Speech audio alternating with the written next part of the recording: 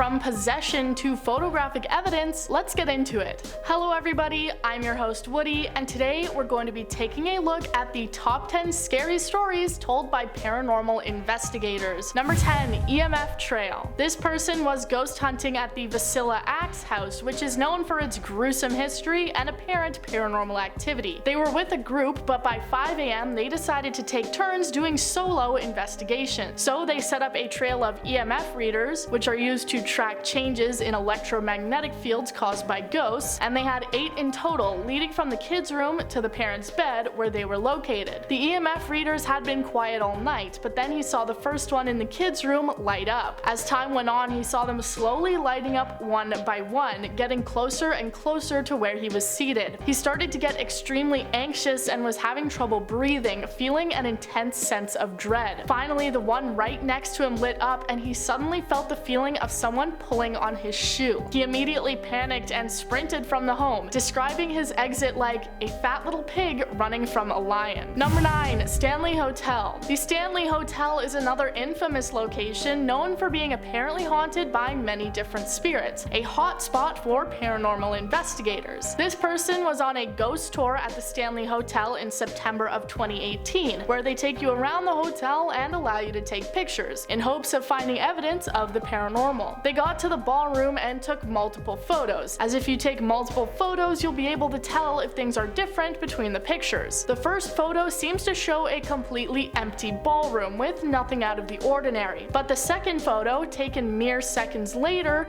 shows in the bottom right what appears to be a ghostly figure sitting down in one of the seats. They also shared their photo album to show proof that the photo was taken at the Stanley Hotel at that time, and it had not been edited or altered. Number 8, voice. This investigator was at an abandoned hospital with 2 other people. At the time, they were doing an EVP, where you set up a voice recorder and ask questions about every 30 seconds, hoping for a ghost to respond on the recording. They were in the basement when suddenly a voice seemed to talk in his head, seeming to put their own thoughts into his brain. One of the other investigators was a woman, and in his head he got the distinct thought of, "I want her to come into my office," seemingly the ghost of someone who works in the hospital and wanted the female investigator to come into his office. With this thought in the head, the investigator asked, "Do you want her to come into your office?" When the investigation was finished, they listened back to the recordings, and after he asked that question, there was a distinct voice clearly saying yes. Number 7, man in a white shirt. These paranormal investigators had their paranormal encounter before they even got to their location, instead experiencing it in the car on the way. They were driving in a group, and it was the beginning of autumn, the person in the back seat taking pictures of the changing leaves on their cell phone. But the trees weren't the only thing that they managed to capture. In each of the photos for around a 2-mile distance, there appeared to be the figure of a man wearing a white shirt. No one in the car was wearing white, and it was a distinctly human figure,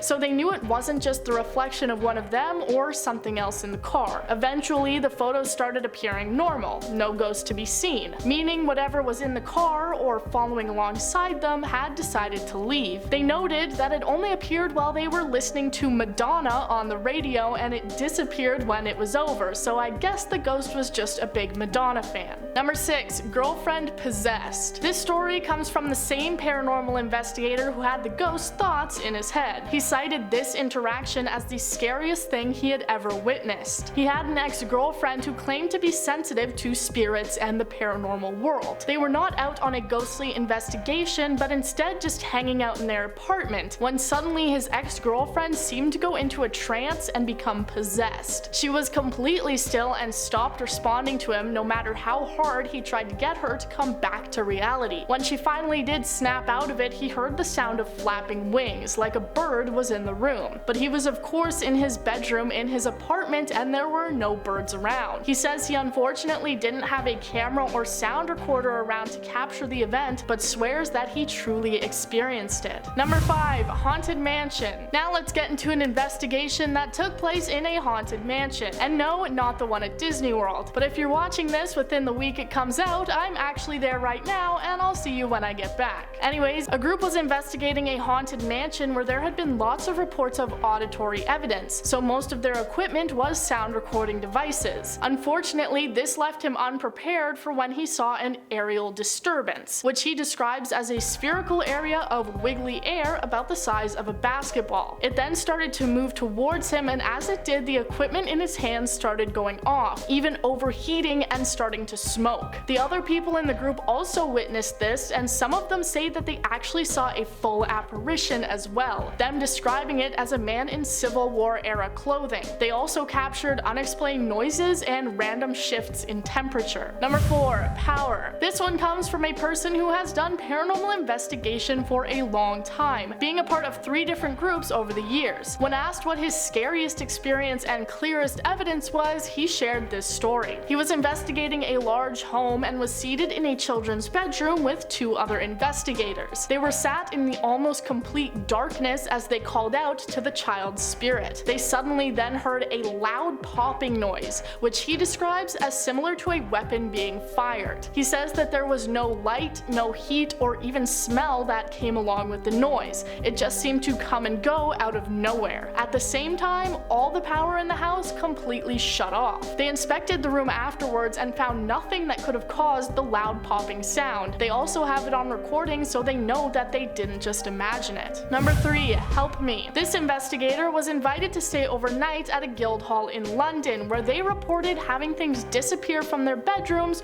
only to turn up in the basement. The basement apparently being the hub for the majority of activity. They set up sound recorders, cameras, and other equipment in the basement before locking the door and setting up security cameras to ensure that nobody went in or out. The next day when they returned, they found that nothing appeared to have been touched, and they started going through all the recordings and tapes. All of them were empty except for one. An hour after everyone left the building, he can hear 2 voices talking, and one that seems to ask, "Is that the bathroom?" He also heard the voice of a weak-sounding woman saying, "Please help me."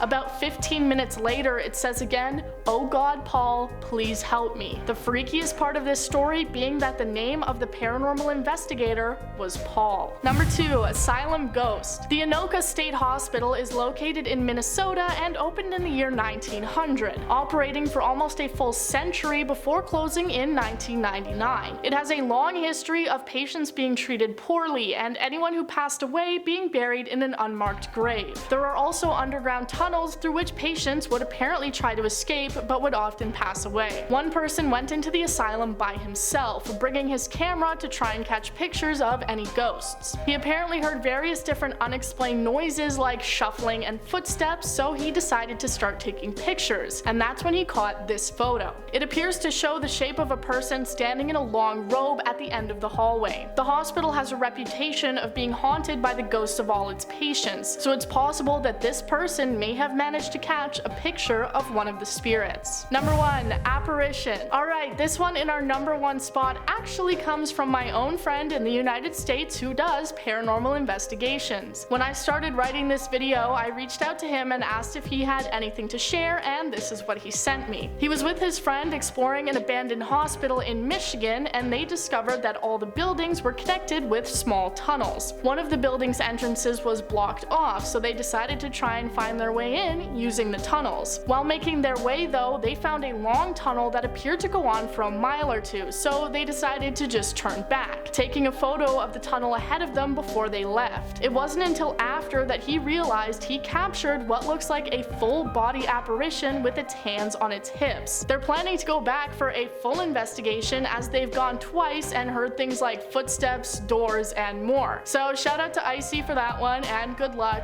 Try not to get killed by a ghost. Thank you guys for watching. That was 10 scary stories told by paranormal investigators. Have you ever encountered a ghost? Let me know. If you enjoyed this video, feel free to like and subscribe and maybe check out some more of our stuff. I've been Woody and you've been amazing. Join us next time for more lists and scary things.